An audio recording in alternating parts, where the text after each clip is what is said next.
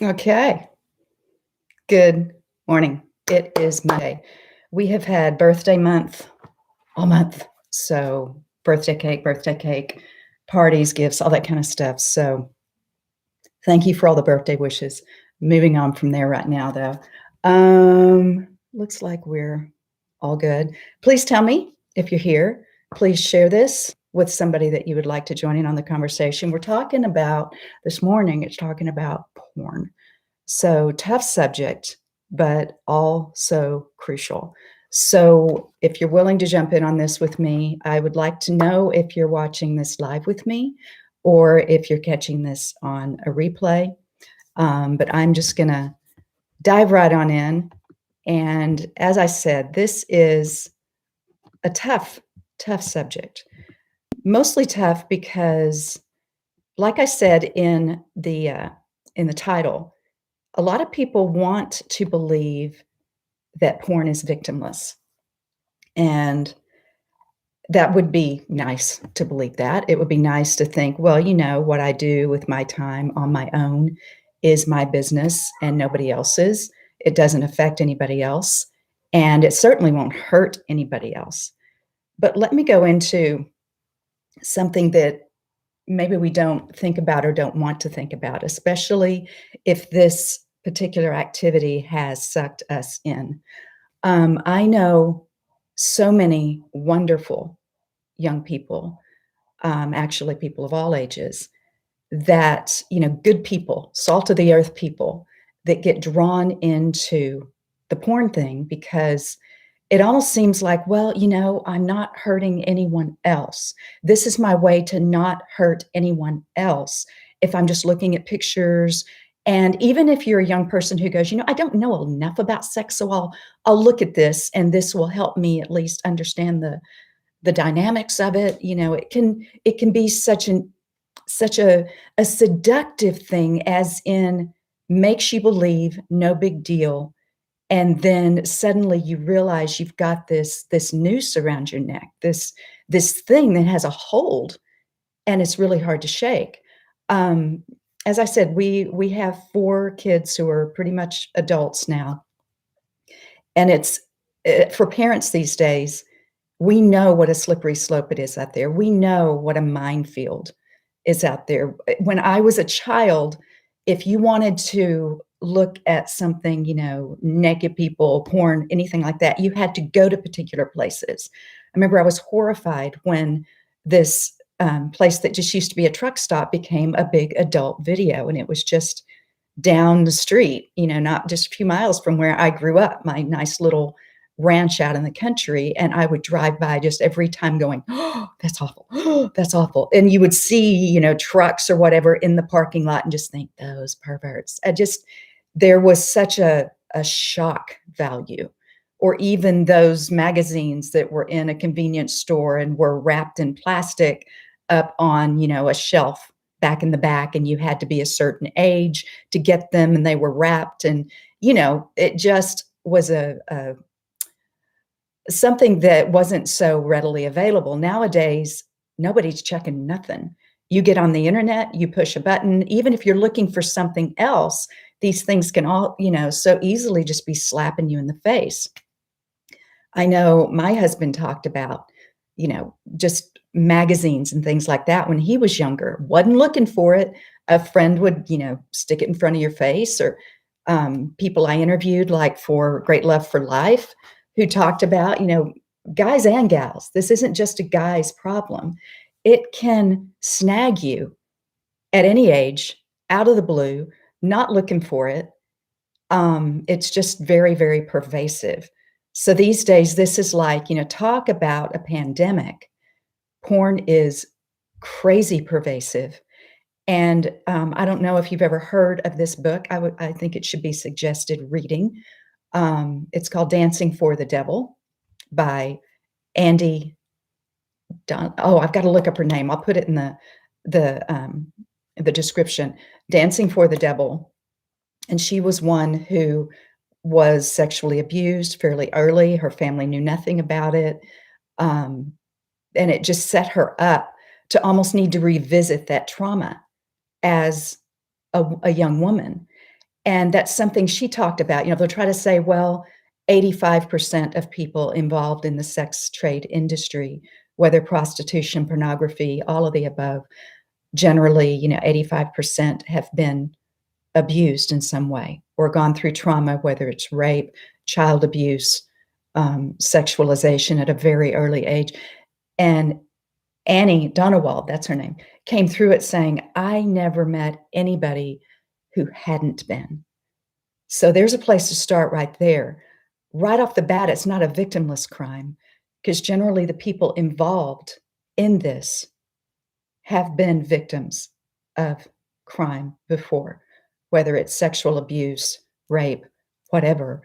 And there is a mark it puts on your spirit when you've been used in that way that is, healable by God, but it is your experience. And unless there is deep therapy, prayerful healing, this is something that really wounds and scars your soul. So look at it from that point of view. And even a lot of people who may be featured in pornography, especially the awful, horrific, twisted things that are available online these days, we have no idea if they're not receiving any kind of compensation for this. If this wasn't even their choice, if they're being forced to do this. So right off the bat, those involved who may be all smiles and acting like this is the best thing ever may very much be victims of crime in the first place. So please understand, this is a deep cesspool, and it does affect so many. There's a wonderful woman, and she and her husband, I talk about it in the book, Great Love for Life, but her name is Karen Kropp, and she and her husband have ministered for years to so many schools, to, live crowds, and her ministry is called Positively Waiting. So if you go to positivelywaiting.com, you can find Karen and her husband and their ministry, an incredible ministry. But she would talk in her talks about something called I just went blank on. It's like when a baby duckling is born, there is just this phenomena that the first being that this duckling puts their eyes on, they somebody help me out with the term. There is a bonding that takes place. And I think I use the word down in here, but it's like if you've ever seen baby ducklings, say, following a dog, there has been that bonding because that's what they laid their eyes on. And I don't know about you, but over the years, I would wonder, here's this, let's say there's this young professional, this man, he has a lovely wife and home and so many prospects, maybe even, kids at home, seems to have all the boxes checked. And yet he has bonded on this particular way of life where there's multiple affairs. He seems to be self-sabotaging himself by what he's doing, by going after other women. And it's like, you're missing nothing. What are you, stupid?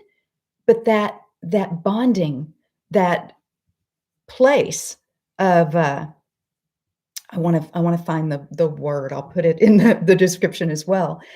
But that has taken place. It's like he has bonded with this, think of it, she would, Karen would describe it as, just think if a young man's first experience of sex is at his girlfriend's house, there's this risk of, oh my gosh, somebody could come home at any time. It could be her father who would kill me. There's this fear, danger, risk. Well, guess what? He has bonded with fear, danger, risk as the pathway to sexual release, as the pathway to sexual fulfillment.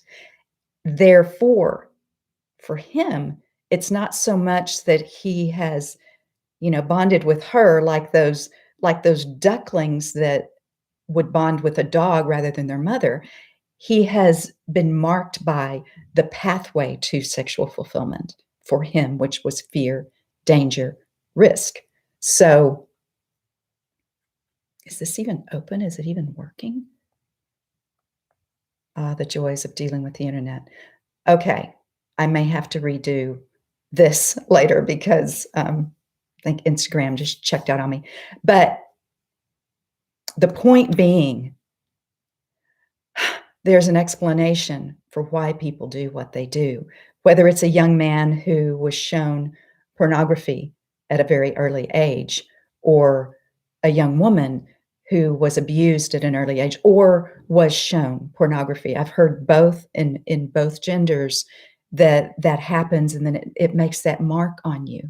And there can be both a fascination and a repelling for what happened, for what you were exposed to at too young of an age, or just, the shock value that it's like it makes its mark on you, that you're drawn to it for more. You may hate what you're doing. You may despise that bondage you feel.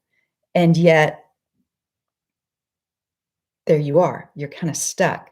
So just real quick, I'm going to read a little portion of Great Love for Life about the problem of pornography. And there's a couple of stories that I tell in there. You just have to read it for yourself because, I mean, truth so often is stranger than fiction, but in this regard, it's so powerful to understand the mentality of somebody who is caught in this net of pornography. It's everywhere, destroying lives worldwide like the Black Plague. And this comes from Great Love for Life. Like our earlier analogy of the rusty nail, pornography pierces a deep, abiding, lethal wound on our hearts, minds, spirits, libidos, emotions, relationships, and self-worth.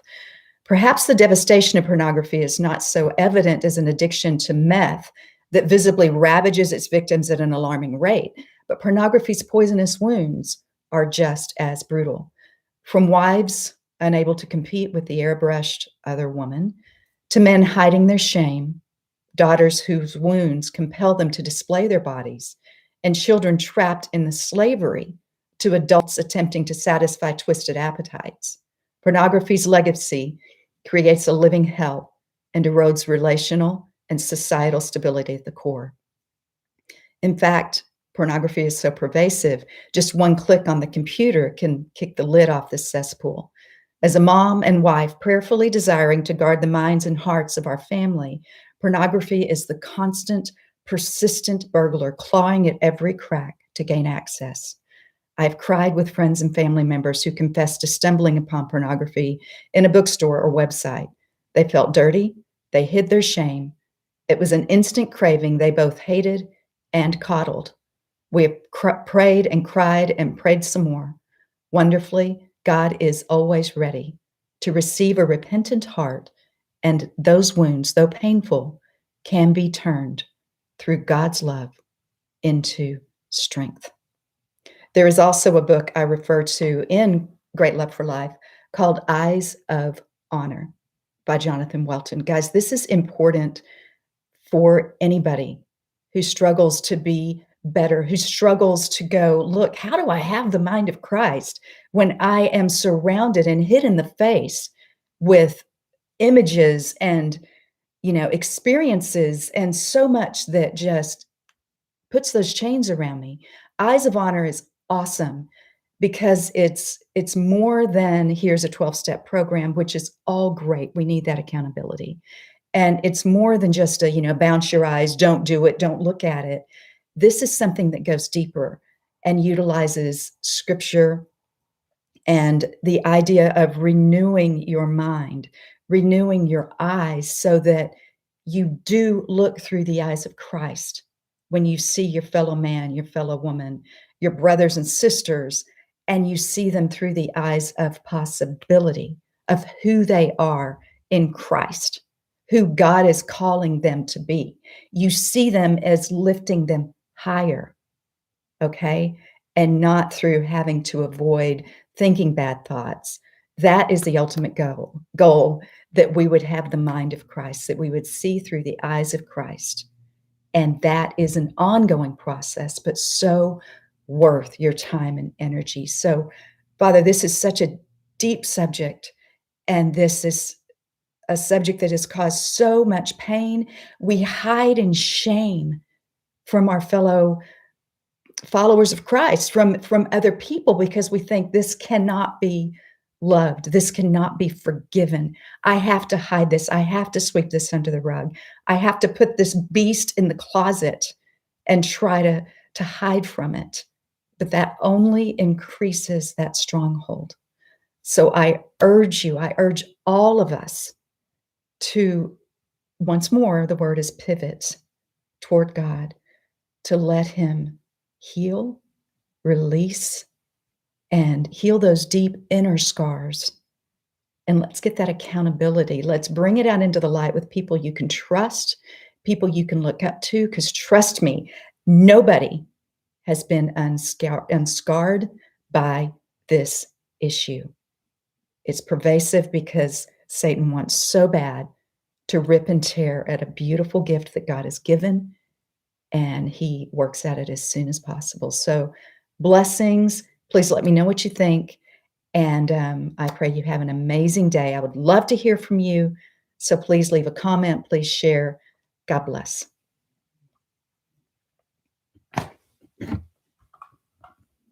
Yeah.